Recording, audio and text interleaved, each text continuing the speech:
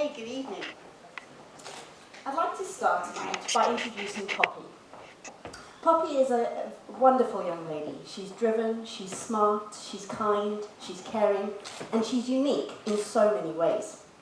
Unfortunately, Poppy's story isn't that unique from the area in which she comes from.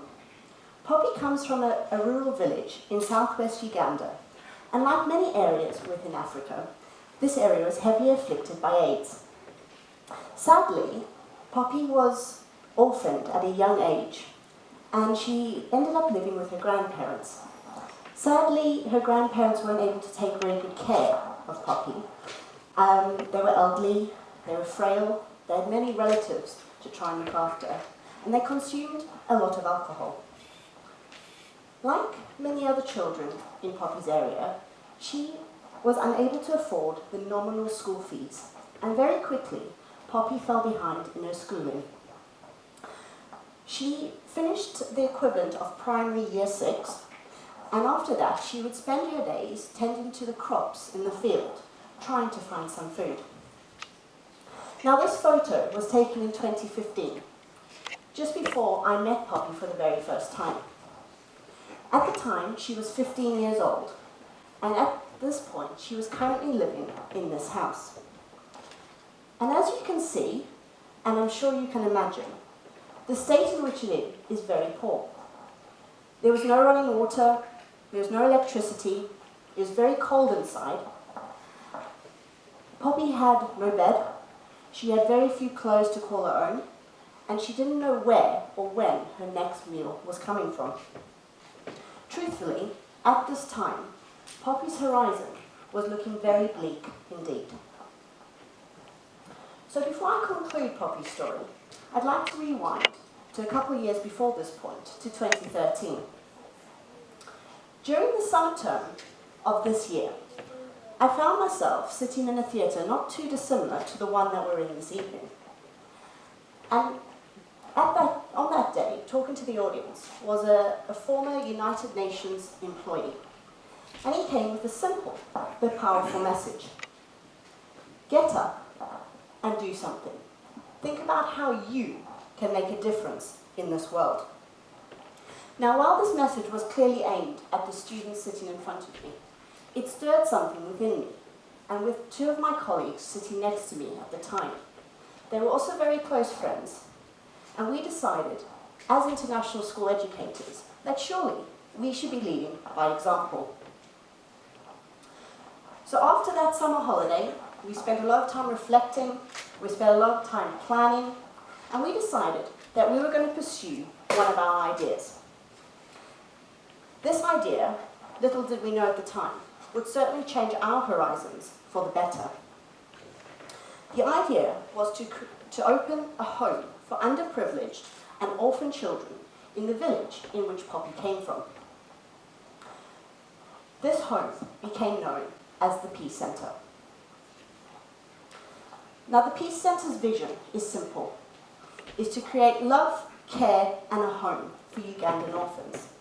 And we have a wonderful team of staff on the ground who work tirelessly to ensure that this vision is met for every single child that lives within this home.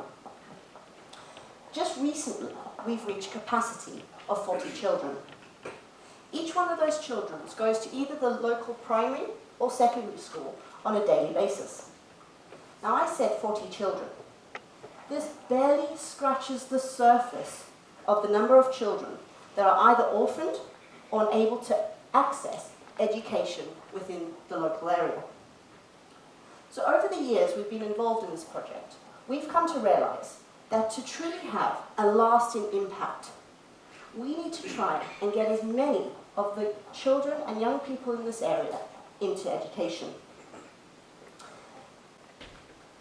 The quote behind me, coming from one of my personal role models, I believe fits with my belief system, in that education plays a crucial role in qualifying and helping every single child, which will in turn go on to empower that local community, which will in turn improve and increase the futures of all of those individuals from areas such as the one in which Poppy comes from.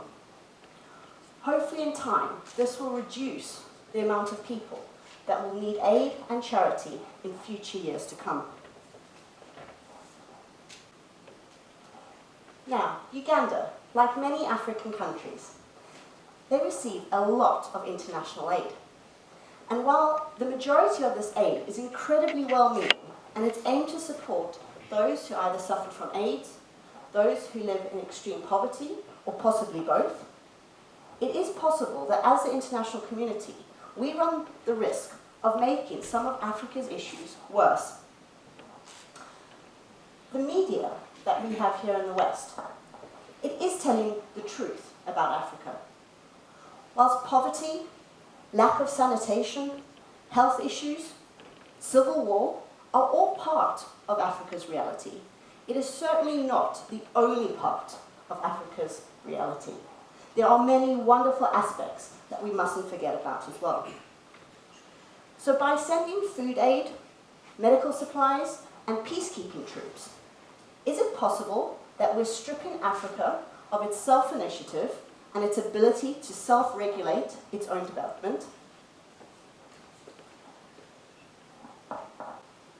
And so it's possible that maybe you've heard of the saying that charities often target symptoms and not the cause. And while this is true in many situations, and while our intentions often are incredibly good, and that organizations couldn't do without the donation of time, money, and commodities, perhaps it's time we start to change our way of thinking about how we do charity and how we give aid. Perhaps it's time to focus on the cause and not just the symptoms. So over the years, myself and the other trustees of the organization have been pondering this exact thought. How can we move the Peace Center forward without falling into the trap of becoming another international organization, perhaps just putting a band-aid on some of the symptoms? How can we make sure we are getting to the cause of the issue? So through our many years of research, of frequent visits to Uganda, and of reflection, we are now working on phase 2 of the organization. So phase 1, we started with very tiny footsteps. This was all new to us, and that first phase was to build and develop a home, to then go about and find the most needy of children within that local area, to provide a home. We've now established not only just a home, but a happy and healthy home, where the success of that home is allowing Poppy and the other children to have a brighter horizon. Together, we have become stronger, wiser, and certainly more aware of how to tackle the root cause of the issue within this small part of Uganda. Through discovery, some mistakes, and certainly lots of experience, we are now working more closely with the locals, the local authorities, and we are investing a huge amount in the people within that community. We are looking at the biggest issue being the burden of the fees of education.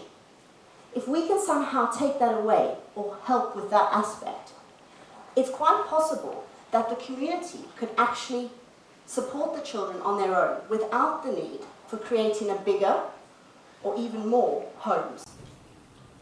This would be phase 2, and this is, as I say, what we're working towards. We want to try and improve the horizons of far more kids than we're currently helping. Now, realistically, this will take time. And I don't know if any of you have been to Africa, but if you have, you will know about Africa time. Nothing happens quickly. So whilst we are a small organization, and we are working very hard on getting as many children back into education, we do need help from the Ugandan government and also from other countries at a policy level. It's one thing getting the children back into education, but it's another to ensure that that education is meaningful and will actually help them within their environment. So as we strive towards new horizons for all of those children, we continue to learn, not only from other organisations, but we are hoping that with time we will make phase 2 as successful as phase 1 has been. Now, one of the things I absolutely love about going to rural Uganda is looking to see how eager the children are to go to school. Most of them getting up at 4 a.m, doing their chores, all without electricity, washing and cleaning their own uniform, and then being faced with quite a long walk to their school. They then spend long days at school, often without a meal, in dark classrooms and very little resources. This doesn't dampen their spirits. They absolutely love going to school. Another thing that every time I've been so impressed by the wonderful teachers within these local schools that have so much care and enthusiasm for helping each and every single child, even the children that are critically ill, some of them, of course, suffering from having HIV. Unfortunately, though, there are many children that don't go to school simply because they live in such remote places. Not only that, but there are school buildings that sit empty because they can't get the staff. Staff can't get paid, or they simply can't reach them. And so as a result, there are many disadvantaged young people in Uganda, and this is something that deeply affects me.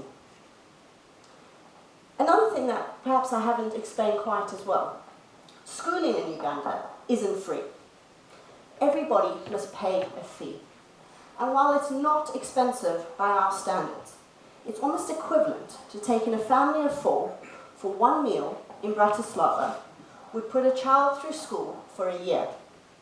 But sadly, that cost is simply impossible for so many of these children and families that their only option is to miss out on their education.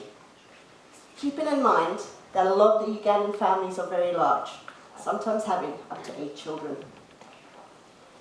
Not only are we looking to provide a traditional education for these children, but it's also crucial that there are other learning opportunities. With the fact that so many children drop out of school at such a young age, usually within primary school, it's important that we consider other education options, vocations, and getting the children skilled to the point that one day they can have an independent future. It's important that, as I said, the education is relevant and up to date. And these signs behind me were taken by myself from the local primary school. And as you can see, their main focus is on trying to prevent the spread of HIV. Now, while their methods might still seem quite old-fashioned to us, Uganda is one of the few African countries that has had a huge success rate in trying to reduce the rate of the spread of HIV over the last decade.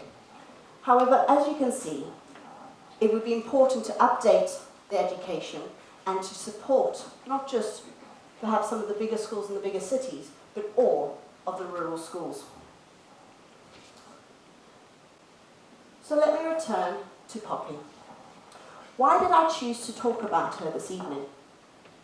Well, Poppy, as one of the elder children and one of the first to move into the Peace Centre, has now successfully completed part of her high school.